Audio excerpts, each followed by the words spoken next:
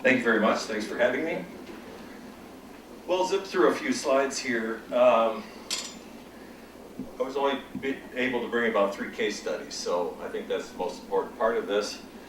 But since I'm the only for-profit company around, or at least it appears so, you'll have to deal with a little shameless promotion. So we're Bazzani Associates. And we're a design and construction company that focuses solely on green building, because we feel that if you're not building in this manner, you're building an obsolete building from the start. Our mission is a triple bottom line one that balances economics, environment, and social good. We feel also that in order to design to this new paradigm, you have to think holistically. So starting here is a good place to start. And holistic design is the key to a good green building. So this, you've probably seen this on many of the LEED certifications processes, that this is the different areas. Excuse my out of breath, I ran to get my computer here. So sustainable site planning, safeguarding water, water efficiency, energy efficiency, and etc. Now, we tend to focus on energy efficiency because it's the best bang for the buck, but all these items are incorporated into all our buildings. We also tend to focus on stormwater management. Impact to buildings. Obviously, buildings are a great impact in the state of Michigan and around the country, but we have to remember how long they last. And when we build one and take that much energy to get it constructed, it's going to be around 50 to 100 years. We build a bad car, we can send it to the crusher and separate the materials and recycle it and be done with it. This is a significant impact that we have to live with for a very long time. You've seen this graph earlier. The impact of buildings is the left-hand bar. And obviously, the more efficient we become, the less energy we have to generate. Or mine, in these cases. This is my favorite part of the presentation. These are the case studies, so you can understand what we go through and how we do what we do. The first one is our offices. Achieved a LEED NC Silver. Also, it's a historic building in a historic district on the National Register. And it's the first LEED certified building in the city of Grand Rapids with the first green roof in the city of Grand Rapids, circa 2002, 2003. East Hill Center, Cool Cities Project, first double gold building in the United States. And the Hispanic Center, another Cool Cities project, LEED NC Gold, the resurrecting a different use for an old fire station, horse and buggy period. This is our current headquarters and how it looks today. This is what we started with.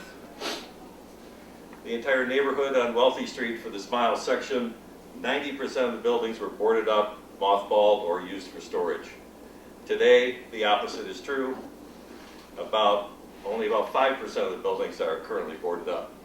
This was help from a couple different worlds. It's a red zone, so it helped out with taxes, and it's a historic district, which also helped with historic tax credits, helping to promote the resurrection of this community. This is what we started with. We bought vacant or obsolete properties and then started to create a catalyst project on this corner. There were no other buildings that were redone in this area. But the traffic patterns and the access to downtown were very good, so we thought we'd take a shot at it and do a model unit, a model reconstruction, and make a catalyst project out of this. This is our interior. 1918 building. We insulated it by first spraying the inside of the masonry with a waterproof foam. Then we put up steel studs, then filled those steel studs with open cell foam. That gave us waterproofing and insulation and a place to run all the infrastructure. This is my home, and the spiral staircase you see there gets access to our yard, which is this. It's a green roof, obviously, done with sedum. And the advantages of a green roof are numerous, but they're listed here. decreases runoff, holds up to 1 inch of rainfall before it goes into the storm sewer system. It reduces the heat island effect, which helps all cities. As many of you know somewhat about Atlanta, I think their temperature has raised so much it costs them an additional $150 million per year in cooling costs in their city. So trying to reduce the heat island effect is an important thing for not only your own building, but for the community. It extends the roof life because the two things that wear out a roof membrane are expansion and contraction and UV light, neither of which are present. The surface temperature of the roof will never exceed 70 degrees. And then it's energy efficient because it provides evapotranspiration, evaporative cooling in the summer months. We also use landscaping that uses a very low watering. We water for the first year and then we pull the watering system on. And it maintains very well. The roof also requires no watering. It has a mat system that holds some water, so it really makes it through the drought seasons. And of course, LEED NC Silver certification, again, first in the city. One important point about all these, there's a lot of points that you get with all these different light items, but on innovation, we petitioned the National Park Service to allow low-E glass in historic buildings as long as it was clear, and now it's a national standard. So that saved us a lot of energy with a building with that many windows. This is what we're experiencing in energy reductions from average estimates for buildings of the same type, 33% and 64%. We're getting that fairly consistently.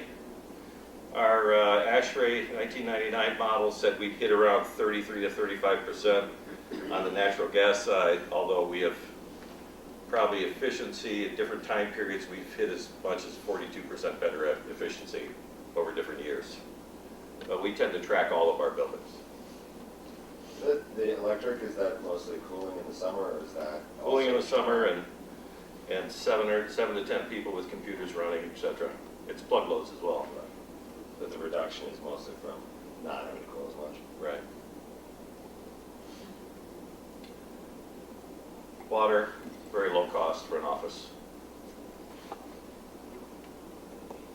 And we got some good press on this building from EcoStruxure magazine. This is the East Hill Center of the universe. You'll learn why that name is so interesting. What I want you to pay attention to is this is a new building in a historic district, but pay attention to the awnings and remember those for later slides. These awnings, as you notice, they sit below the transom. So they're actually light shelves, but they act as awnings. This side of the building faces south. So that awning has 3 uses, and I'll point those out as we go along. This is why it's called the center of the universe, because it was the center of a neighborhood. Shell Oil walked away from the site. It was heavily contaminated with, it was a lust site, leaking underground storage tanks, and kind of left it in this state.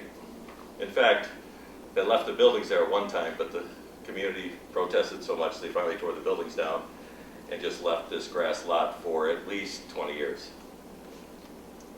Well, we held Shell to the fire, and they had to clean it up. So they spent about over $500,000 in the cleanup process.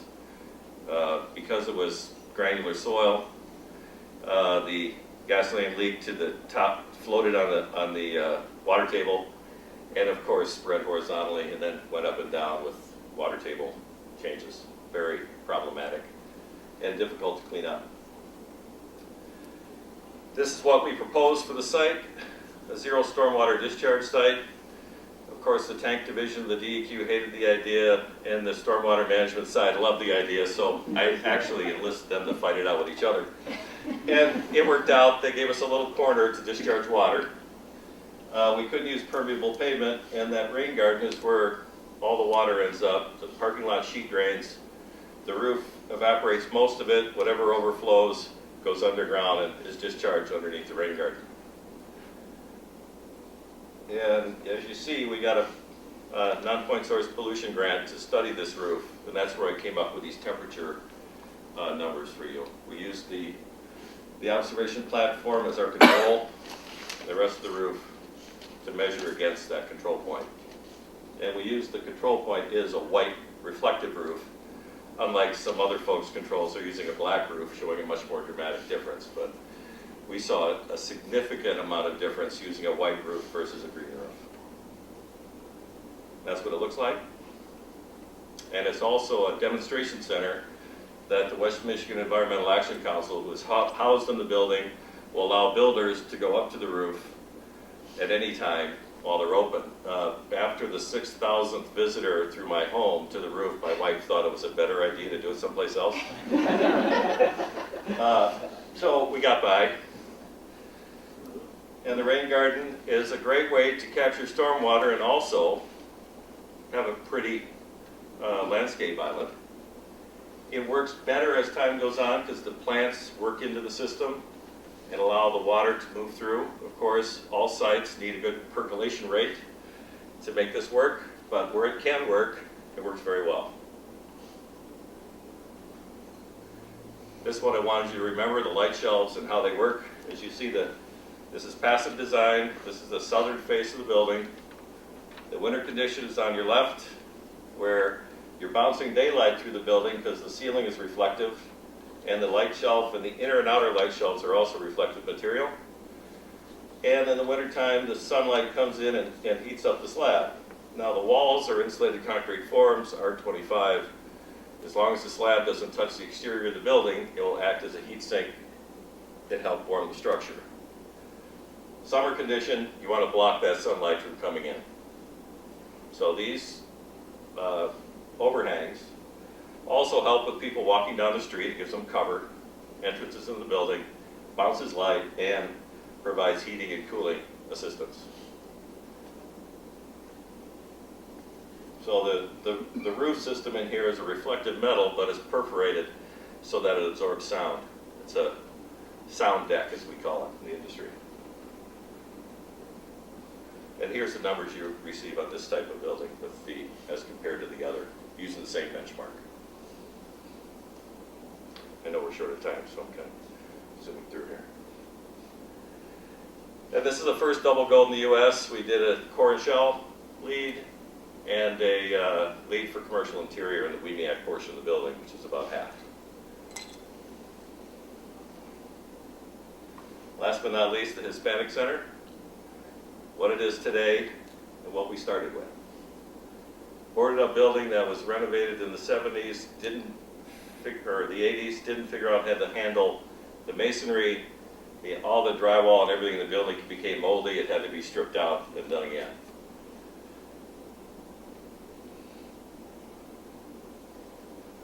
So this is how the site works. It's another zero stormwater site.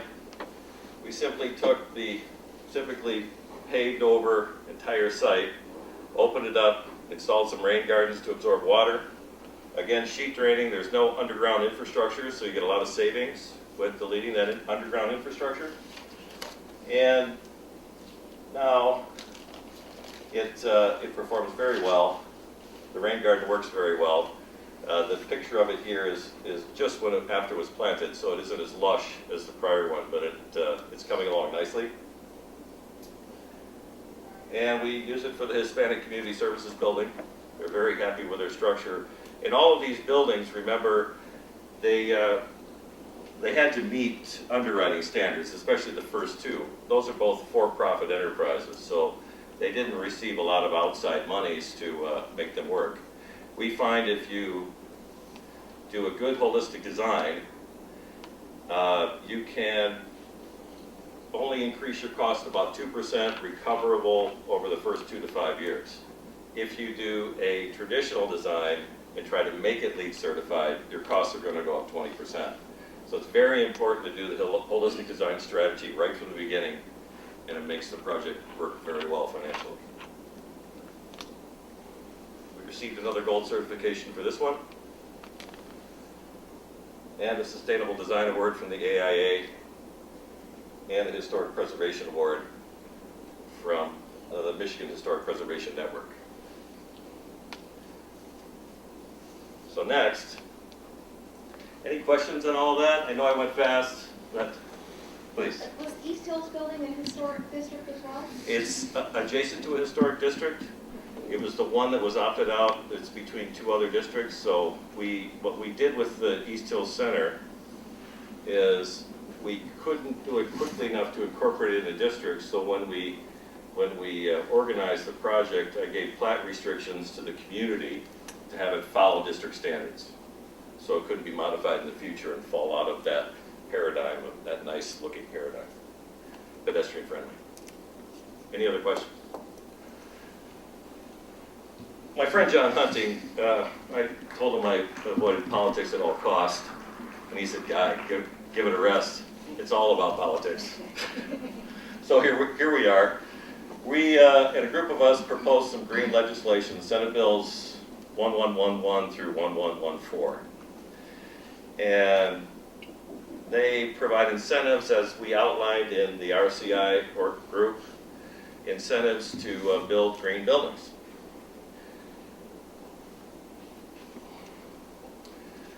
The green buildings will be able to apply for a property tax abatement for up to 12 years if this legislation passes. It looks pretty good, but one never knows.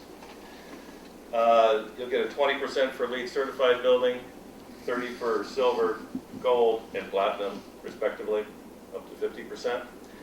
And this is for any LEED certified building in Michigan. That's one part of the proposal. Is that just new construction, Guy? That would be new construction. It's only on the increment, remember, of whatever the property is as it exists. That raise in that increment is where you get your break. And then, which I think is even more important, on the brownfield sites, we're now able to use TIF funds for renewables, including geothermal. And I think that is going to give a big impact and a boost to brownfield sites by combining both of these incentives. We'll be able to revitalize urban core even faster than we have before. Will that be on shallow heat pump or groundwater heat Yeah, pumps? Or it'd that be just the yeah. It'll be thermal, horizontal, and including the equipment on the inside of the building. So it covers the entire thing. Yes? Under the legislation, is there any reimbursement to the local community for that tax loss? No, there isn't a tax loss because you're only on the increment of what you increase for that time period, and then the taxes revert back. So you're not giving any loss to the community, you're just stimulating the difference. You understand? The site would only produce 20, 30, or 40% of what it would normally Correct. produce if it were not a LEED building. Correct. So the local unit loses 20, 30, or 40%. No, the site, we're presuming in these cases that the site would never be redeveloped without some incentives. Oh, Okay. okay. It's usually brownfield or a troubled site. So that site is, is producing a tax base, but it's only on the increment above that tax base that we're basing these incentives on. Thank you all.